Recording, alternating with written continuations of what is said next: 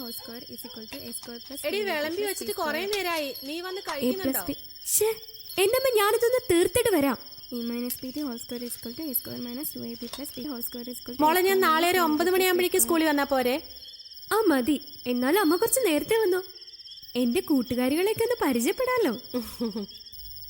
a minus b the whole square is equal to a square minus 2ab plus b. a minus b the whole square is equal to a square minus 2ab plus b square. കുഞ്ഞാവേ, നാളെ ഞാൻ ഈ സാരി ഉടുത്താ പോരെ? അമ്മേ, ഇതിനേക്കാൾ നല്ലതാ പുള്ളിസാരി അല്ലേ? നിന്റെ ഇഷ്ടം അതാണെങ്കിൽ അതന്നെ എടുക്കാം. a plus b the whole square is equal to a square plus 2ab plus. അമ്മേ, എന്താ മോളെ? കറിയാച്ചൻ അവന് എന്റെ അടുത്താ കളി. അവന് ഞാനുണ്ടല്ലോ, എന്നതാടി നോക്കി നിക്കുന്ന, എന്നതാടി തുറച്ചു നോക്കുന്നേ. ദേ മനുഷ്യ, ഇന്ന് നിങ്ങൾ കുടിച്ചോണ്ടാണോ വന്നിരിക്കുന്നേ? അതേടി, ഞാൻ കുടിച്ചിട്ട് തന്നെയാ വന്നിരിക്കുന്നേ. അതിനിപ്പോ ഈ തള്ളയ്ക്കും മോൾക്കും എന്നാ? ഈ കുടുംബത്തെ കുറിച്ച് എന്തെങ്കിലും ഒരു ചിന്തയുണ്ടോ നിങ്ങൾക്ക്? കുടുംബത്തെ പറ്റിയൊന്നും നീ എന്നോട് പറയണ്ട. അതറിഞ്ഞിട്ടാണോ പപ്പ എന്നും ഇങ്ങനെ കള്ളു കുടിച്ചൊന്ന് വഴക്കുണ്ടാക്കുന്നത്? എനിക്ക് മനസ്സമാധാനായിട്ടൊന്ന് പഠിക്കാൻ പോലും പറ്റുന്നില്ല.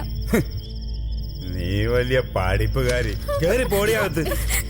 ഒരു പഠിപ്പ്. ദേ മനുഷ്യ, എന്റെ മോളെ ഉപദ്രവിച്ചാലുണ്ടല്ലോ. നീ എന്നോട് കൈ ചൂണ്ടി സംസാരിക്കുന്നോ? എന്നെ ഭരിക്കാൻ വന്നാലുണ്ടല്ലോ, തള്ളയും മോളെയും ഞാനുണ്ടല്ലോ. എന്നെ പഠിപ്പിക്കാനായി തള്ളേ. ഇവരൊന്നും പഠിക്കണേ. പ്രിയപ്പെട്ട വിദ്യാർത്ഥിനികളെ, അധ്യാപകരെ, നമ്മുടെ വിദ്യാലയത്തിലെ നമ്മളിൽ നിന്നെല്ലാം വ്യത്യസ്തമായ ജീവിത വീക്ഷണവും ജീവിത ലക്ഷ്യവും വെച്ച് പുലർത്തുന്ന ഒരു വിദ്യാർത്ഥിനി.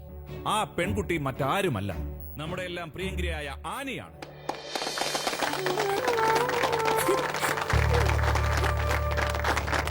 നമ്മളെല്ലാം പൂപൂക്കുന്ന ചെടികളെ മാത്രമേ പരിപാലിക്കാറുള്ളൂ, സ്നേഹിക്കാറുള്ളൂ, ഓമനിക്കാറുള്ളൂ. പക്ഷേ താൻ നടന്നു വരുന്ന വഴിയിൽ ഉണങ്ങി നിൽക്കുന്ന ഒരു തണൽമര തൈക്ക് പോലും വീട്ടിൽ നിന്നും തനിക്ക് കുടിക്കുവാനായി കൊണ്ടുവരുന്ന വെള്ളമൊഴിച്ച് അതിൽ ജീവന്റെ പച്ചപ്പ് നിലനിർത്താൻ ശ്രമിക്കുന്ന ആനിയെ ഞാൻ പലപ്പോഴും കണ്ടിട്ടുണ്ട്.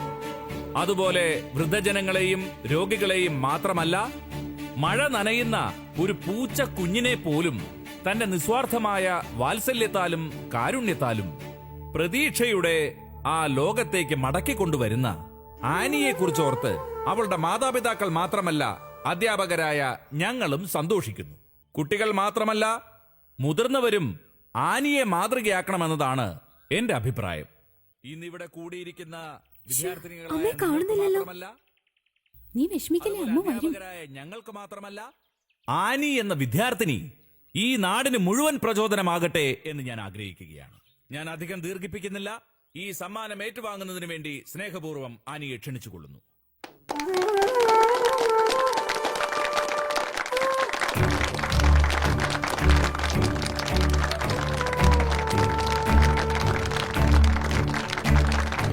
ഇനി 2 വാക്കുകൾ പറയാൻ ആനിയെ ക്ഷണിക്കുന്നു.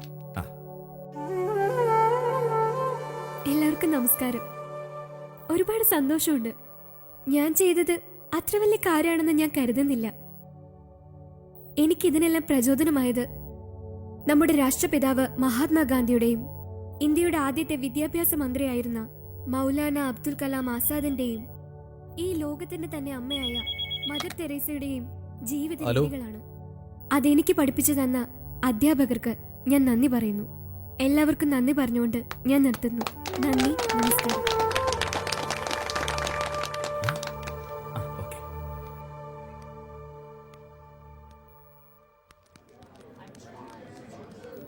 Annie,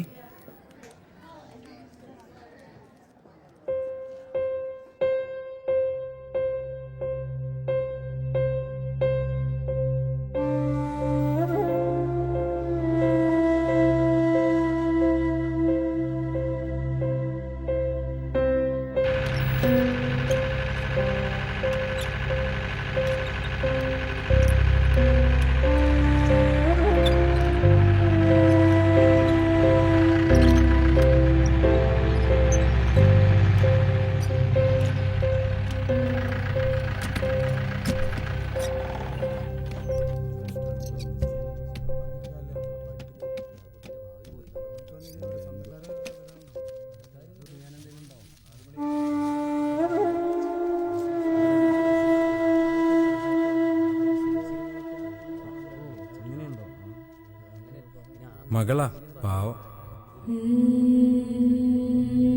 body കൊണ്ടുപോയോ? അപ്പൊ ചേച്ചിയോ? അവരെ പോലീസ് കൊണ്ടുപോയി. ആ ചേച്ചി കഷ്ടപ്പെട്ടു.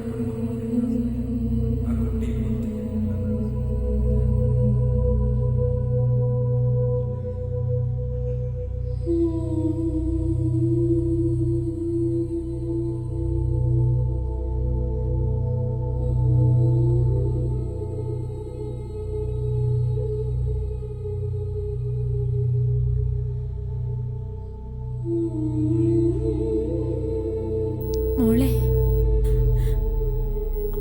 അമ്മ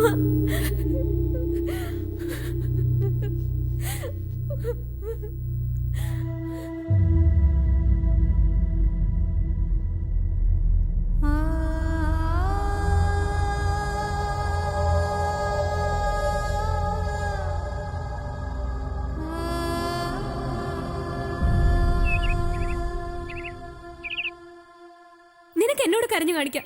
എന്റെ സങ്കടം ഞാൻ ആരോട് പറയും?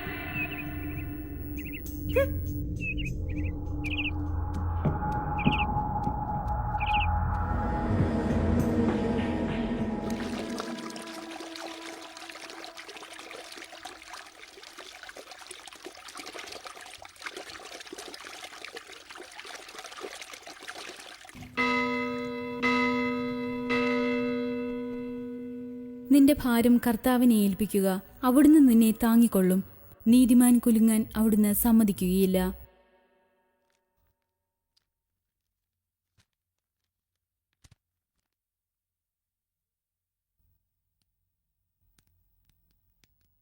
ഞാൻ പിതാവിനെ വിളിച്ച് സംസാരിച്ചിരുന്നു. പിതാവും ആനിയുടെ ഈ അവസ്ഥയിൽ ഉത്കണ്ഠാകുലനാണ്. അവൾ ഇനി നമ്മുടെ സംരക്ഷണത്തിൽ തന്നെ കഴിയട്ടെ എന്നതാണ് അവിടുത്തെയും അഭിപ്രായം. ശരിയാ, നല്ല സമർത്ഥയായ കുട്ടിയാണവൾ. ആരുമില്ലാതെ അവൾ അവിടെ അങ്ങനെ ഒറ്റയ്ക്ക് കഴിയുന്നത് തന്നെ ഓരോ ചിന്തകളും മറ്റുമായി അവളുടെ മനസ്സിനെ മുരടിപ്പിച്ചു കളയും. മാതാപിതാക്കൾക്ക് മക്കളോടുള്ള കർത്തവ്യബോധം നഷ്ടപ്പെടുമ്പോ സ്വന്തം മക്കളുടെ സുന്ദരമായ ജീവിതമാണ് ബലിയാടാകുന്നതെന്ന് ആരും മനസ്സിലാക്കുന്നില്ല. ഏതായാലും സിസ്റ്റർ നാളെ രാവിലെ തന്നെ അവളെ ഇങ്ങോട്ട് കൂട്ടിക്കൊണ്ടുവരൂ. ശരി മദറേ, ഞാൻ നാളെ രാവിലെ തന്നെ അങ്ങോട്ട് പോയിക്കൊള്ളാം. ശരി, സിസ്റ്റർ പൊയ്ക്കോളൂ.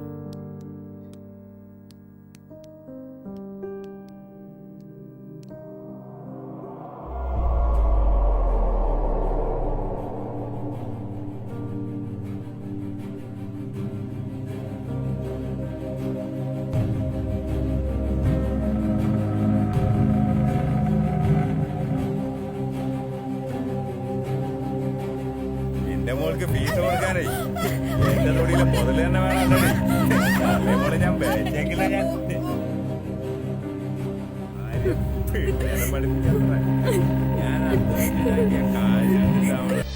പറയും മദർ, ഞാനിനി എന്താ ചെയ്യണ്ടേ? എന്റെ മോളുടെ ഭാവി ഓർത്തിട്ട്, അല്ലെങ്കിൽ ഞാൻ എന്തെങ്കിലും കടുകയും ചെയ്തേനെ. ആനിയുടെ അമ്മ വിഷമിക്കണ്ട. എത്രയും പെട്ടെന്ന് നമുക്കിതിനൊരു പരിഹാരം ഉണ്ടാക്കാം.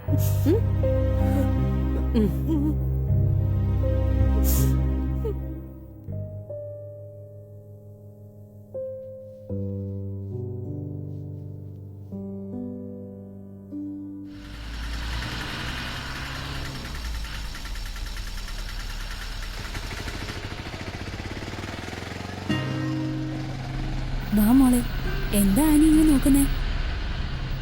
മോളൊരു അപരിചിതവും പ്രകടിപ്പിക്കണ്ട. ഇവിടെ ആനിക്ക് ഒരു കുറവും ഉണ്ടാവില്ല.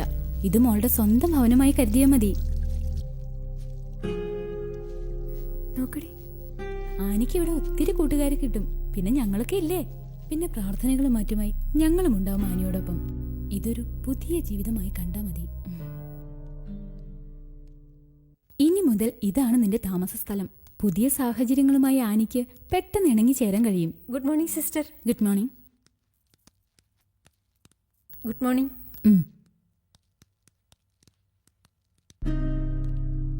ആനി വിശ്രമിച്ചോളൂ, സിസ്റ്റർ അല്പം കഴിഞ്ഞു വരാം.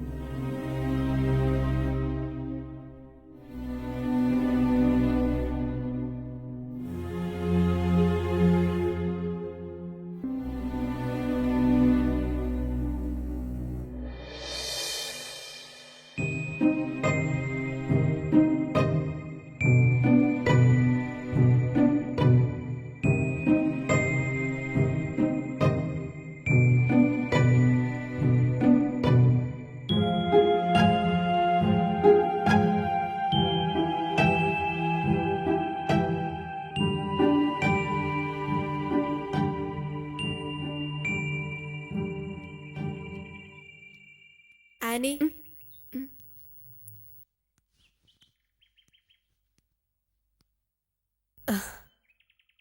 ആനി എന്താ എപ്പോഴും ഇങ്ങനെ സങ്കടപ്പെട്ടിരിക്കുന്നത്? സംഭവിച്ചതല്ല സംഭവിച്ചു. ഇനി എല്ലാം ദൈവത്തിന്റെ കയ്യിൽ സമർപ്പിക്കാം.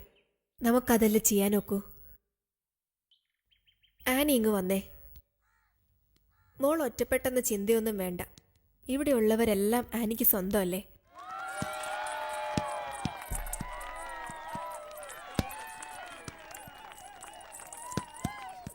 ദേ, ഇവരോടൊപ്പം പോയി കളിച്ചേ. അങ്ങനെ നിന്റെ മനസ്സൊന്ന് തെളിയട്ടെ.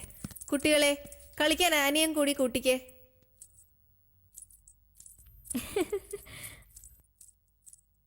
ആനി വാ.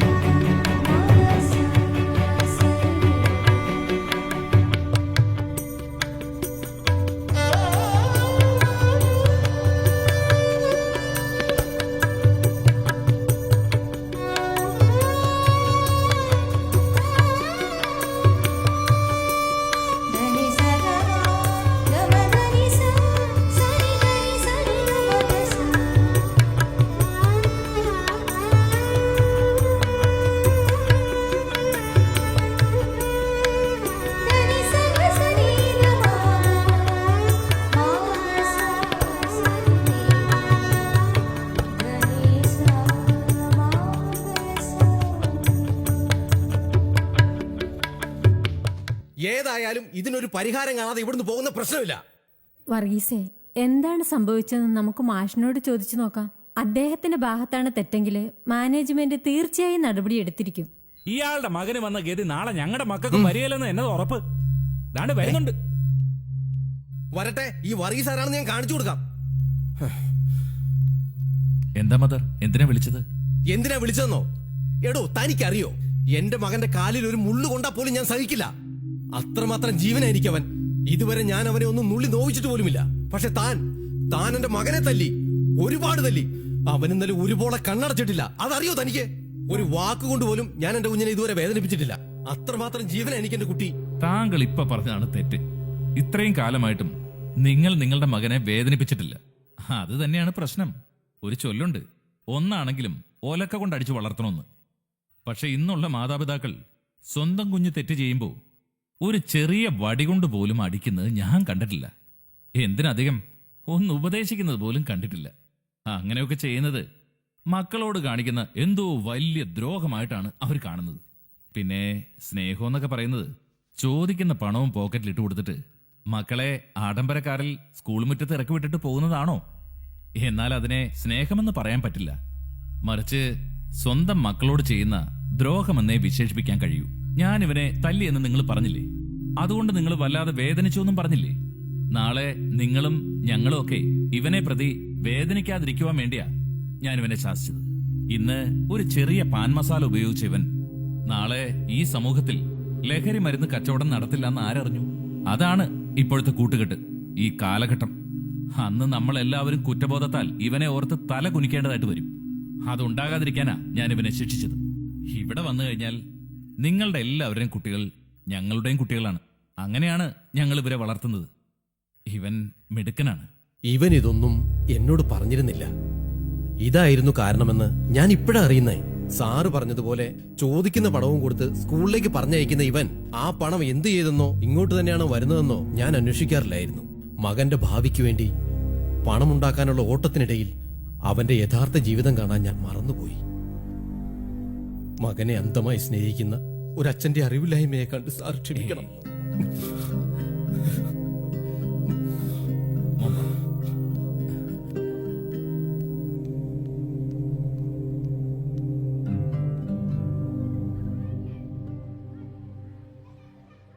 അനി,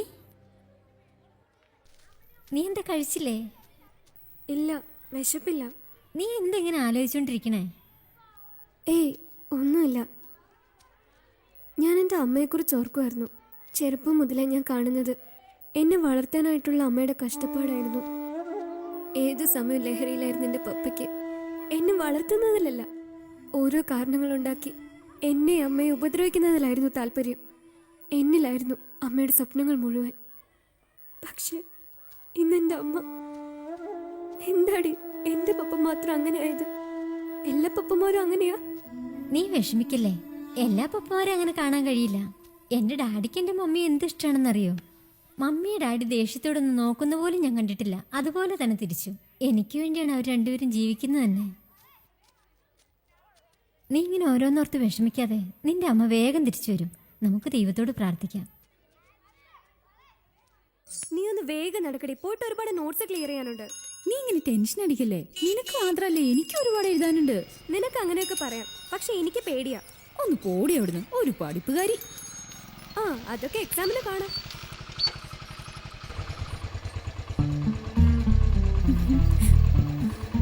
അനി, നീ പൊക്കോ, ഞാൻ വന്നേക്കാം. ഡേ ജീന, നിന്റെ പോക്കത്ര ശരിയല്ല കേട്ടോ.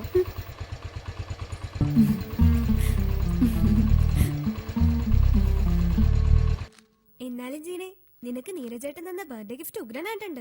ഭംഗിയുണ്ടു കാണാൻ. ഇനി ഇവൾക്കും നീരജേട്ടനും ആരെയും പേടിക്കാതെ എത്ര നേരം വേണമെങ്കിലും സംസാരിക്കാലോ. ശരിയാടി. നീരജേട്ടൻ എന്നെ ഒരു ടൂർ കൊണ്ടുപോകുന്ന പറഞ്ഞിട്ടുണ്ട്. അതിന്റെ ത്രില്ലില്ല ഞാനിപ്പോ. നാളെ ഇതിലേക്ക് വിളിച്ച് ഡീറ്റെയിൽസ് പറയാമെന്നാ പറഞ്ഞിരിക്കുന്നത്. മമ്മിയും ഡാഡിയേക്കാളും ഏറെ എന്നെ സ്നേഹിക്കുന്നുണ്ട് നീരജേട്ടൻ. എന്നാലും നിന്നെ നീരജേട്ടന് ഇതിന്റെ കൂടെ ഒരു മെമ്മറി എങ്കിലും തരായിരുന്നു. ഒരു പാട്ടെങ്കിലും കേൾക്കായിരുന്നു. നീ അത് ഓർത്ത് വിഷമിക്കണ്ട. വിപിൻ എനിക്കൊരു മെമ്മറി കാർഡ് തന്നിട്ടുണ്ട്. അതിൽ പാട്ട് മാത്രല്ല ഉള്ളത്.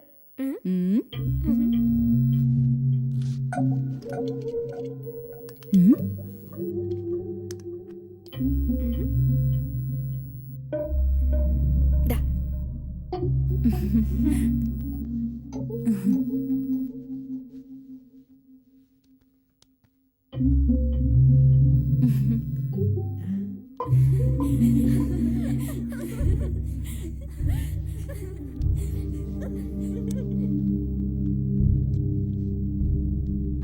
Mother, yes. ഈ ഫോൺ തരാൻ വന്നതാ.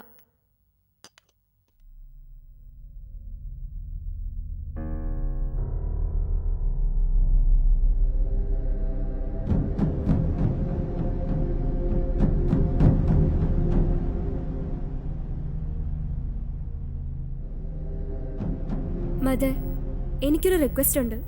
പറയൂ. മദർ ഒരിക്കലും ഇതിനെപ്പറ്റി ജീനയോട് ചോദിക്കരുത്. അവളെ കാര്യങ്ങൾ പറഞ്ഞ് ഞാൻ മനസ്സിലാക്കിക്കോളാം. മദർ ഇതറിഞ്ഞെന്ന് അവൾ അറിഞ്ഞാ പിന്നെ അവൾ ചിലപ്പോ എന്തെങ്കിലും അവിവേകം കാണിക്കും. അവളുടെ മനസ്സ് എനിക്കറിയാം. അവളെ നേർവഴിക്ക് കൊണ്ടുവരാൻ എനിക്ക് കഴിയും. ശരി, ആനി പോയിക്കോളൂ.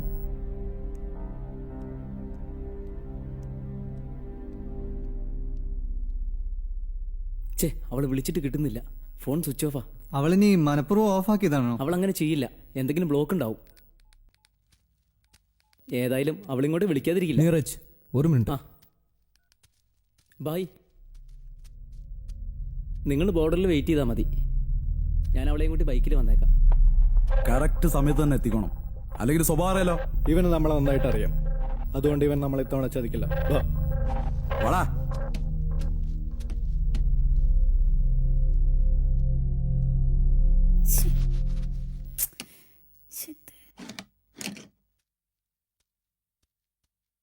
ജാൻസി, നീ എന്റെ മൊബൈൽ എടുത്തോ? ഇല്ല, ഞാൻ കണ്ടില്ല. പിന്നത് എവിടെ പോയി? ആതിരെ, നീ കണ്ടോ? ഇല്ല, ഞാനൊന്നും കണ്ടില്ല. ആനി, നീ എടുത്തോ? ഇല്ല. ആനി, സത്യം പറ, എന്റെ മൊബൈൽ എവിടെ? നിന്നോട് ചോദിച്ചേ. ഞാൻ കണ്ടില്ല എന്ന് നിന്നോട് പറഞ്ഞതല്ലേ? ആനി, നീ എന്നോട് കള്ളം പറയണ്ട. എനിക്കറിയാം നീ അതെടുത്തതെന്ന്. അതെ, ഞാൻ തന്നെ എടുത്തേ. നീ തമാശ കളിക്കാതെ നിന്ന് താ. അതെന്റെ കയ്യിലില്ല. പിന്നെ എവിടെ? അത് ഞാൻ ഏൽപ്പിക്കേണ്ടവരൊക്കെ ഏൽപ്പിച്ചിട്ടുണ്ട്. അയ്യോ എന്താ എന്താ അവിടെ ഒരു ബഹളം? ആനി എന്തു പറ്റി? എഴുന്നേറ്റേ. എന്താ പറ്റിയേ? അത് ഞാനൊന്ന് കാലിൽ തെറ്റി വീണതാ. അയ്യോ ചതവുണ്ടല്ലോ. വാ മരുന്ന് വരട്ടാ. സൂക്ഷിക്കണ്ടേ കുട്ടി?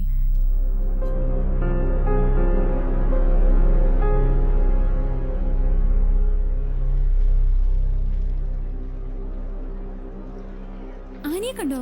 ഇല്ല.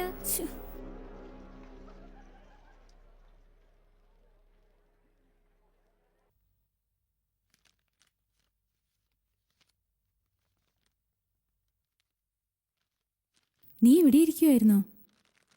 ഞാൻ എവിടെയൊക്കെ അന്വേഷിച്ചെന്നറിയോ? എന്നോട് പിണക്കാണോ നിനക്ക്? സോറിയടി, ഞാൻ അങ്ങനെയൊന്നും നിന്നോട് ചെയ്യാൻ പാടില്ലായിരുന്നു. അതോർത്ത് ഞാൻ ഒരുപാട് കരഞ്ഞു.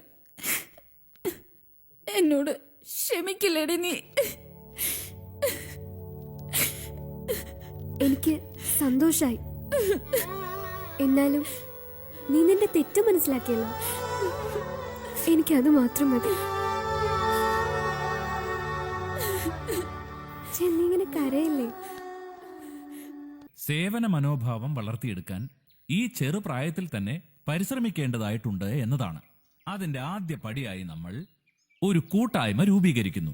ചങ്ങാതിക്കൂട്ടമെന്ന ഈ കൂട്ടായ്മയുടെ ലീഡറായി നിങ്ങൾക്ക് മുന്നിൽ ഞാൻ അവതരിപ്പിക്കാൻ ആഗ്രഹിക്കുന്നത് ഒട്ടേറെ ജീവകാരുണ്യ പ്രവർത്തനങ്ങളിലൂടെ വളരെ ചെറിയ പ്രായത്തിൽ തന്നെ ഈ നാടിന്റെ ഹൃദയത്തിൽ സ്ഥാനമുറപ്പിച്ച ആനിയെയാണ്.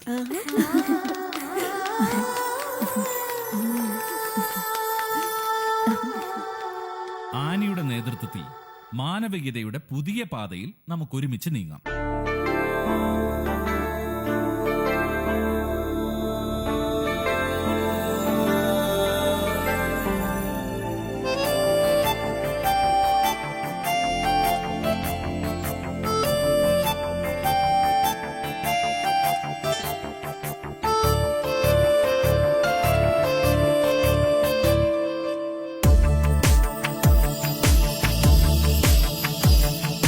പുതുഹൃദയ താളമുണർന്നു, കടലല പോലതുയർന്നു, കാണാമിനി പുതിയൊരു ഭാരതം,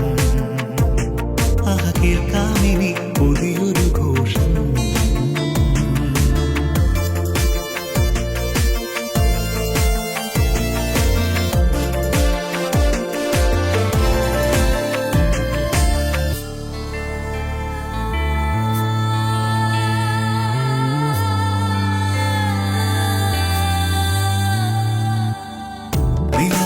മാഞ്ഞ കണ്ണിൽ മഴവില്ലായി മിന്നാം, കനവുകൾ തോർന്നൊരു മനസ്സിൽ മഴയായി പെയ്യാം. കണ്ണീരെല്ലാം മായ്ക്കാം, ഒരു സാന്ത്വന നാളം കൊളുത്താം. കണ്ണീരെല്ലാം മായ്ക്കാം, ഒരു സാന്ത്വന നാളം കൊളുത്താം. പുതുഹൃദയം താളമുണർന്നു, കടലല പോലതുയർന്നു, കാണാമിനി പുതിയൊരു ഭാരതം, കേൾക്കാമിനി പുതിയൊരു ഘോഷം. അടുത്തതായി ചങ്ങാതിക്കൂട്ടത്തിന്റെ ലീഡറായ ആനിക്ക് ഈ ഉപഹാരം നൽകുന്നതിനായി ബഹുമാനപ്പെട്ട MLA ശ്രീ സുരേഷ് ബാബു അവർകളെ ക്ഷണിച്ചുകൊള്ളുന്നു.